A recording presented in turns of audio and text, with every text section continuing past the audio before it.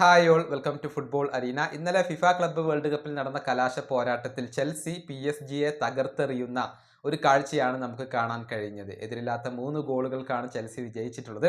മത്സരത്തിന്റെ ആദ്യ പകുതിയിൽ തന്നെ 3 ഗോളുകൾ നേടിക്കൊണ്ട് ചെൽസി കിരീടം ഉറപ്പിച്ചിരുന്നു. കോൾ പാൽമറാണ് അവർക്ക് വേണ്ടി ഏറ്റവും മികച്ച പ്രകടനം ഈ മത്സരത്തിൽ പുറത്തെടുത്തിട്ടുള്ളത്. പക്ഷേ മത്സരശേഷം ഒരുപാട് നാടകീയ സംഭവങ്ങൾ അരങ്ങേറി. അതായത് PSG താരങ്ങളും ചെൽസി താരങ്ങളും ഏറ്റുമുട്ടി.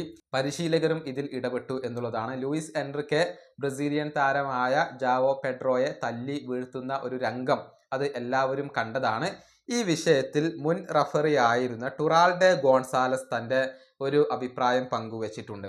അതായത് ലൂയിസ് എൻറിക്കെ ചെയ്തത് അത് വലിയ ഒരു കുറ്റമാണ്. അതുകൊണ്ട് തന്നെ കടുത്ത ശിക്ഷാ നടപടി അദ്ദേഹത്തിനെതിരെ സ്വീകരിക്കണം. ഒരുപാട് കാലം അദ്ദേഹത്തിന് സസ്പെൻഷൻ നൽകണം. ട്രെയിനിങ്ങിൽ പോലും പ്രവേശിക്കാനുള്ള അനുമതി അദ്ദേഹത്തിന് നൽകരുത് എന്നൊക്കെയാണ് മുൻ റഫറി പറഞ്ഞിട്ടുള്ളത്. ഗോൺസാലസിന്റെ വാക്കുകൾ ഇങ്ങനെയാണ്: ജാവോ പെഡ്രോയുടെ മുഖത്താണ് ലൂയിസ് എൻറിക്കെ അടിച്ചിട്ടുള്ളത്. ഇതിന്റെ ശിക്ഷയായിക്കൊണ്ട് ഒരുപാട് കാലം അദ്ദേഹത്തിന് സസ്പെൻഷൻ നൽകുകയാണ് വേണ്ടത്. ട്രെയിനിങ്ങിൽ പോലും അദ്ദേഹത്തെ പങ്കെടുപ്പിക്കാൻ പാടില്ല. അത്തരത്തിലുള്ള ഒരു ശിക്ഷ നൽകണം. ഇതാണ് ഇപ്പോൾ മുൻ റഫറി അഭിപ്രായപ്പെട്ടിട്ടുള്ളത്. ഏതായാലും ലൂയിസ് എൻറിക്കെ തെറ്റ് ചെയ്തു എന്നുള്ളത് ആ ദൃശ്യങ്ങളിൽ നിന്നും വളരെ വ്യക്തമാണ്. അതിനുള്ള ഒരു വിശദീകരണം അദ്ദേഹം നൽകിയിരുന്നു. താൻ തൊട്ടതേ ഉള്ളൂ, ജാവോ പെഡ്രോ അഭിനയിച്ചുകൊണ്ട് സ്വയം വീഴുകയാണ് ചെയ്തത് എന്നൊക്കെ ആ ഒരു പ്രസ് കോൺഫറൻസിൽ എൻറിക്കെ പറയുകയും ചെയ്തിരുന്നു. ഏതായാലും ഈ വിഷയത്തിൽ ഫിഫ കൂടുതൽ നടപടികൾ കൈക്കൊള്ളും എന്ന് തന്നെയാണ് ഇപ്പോൾ പ്രതീക്ഷിക്കപ്പെടുന്നത്.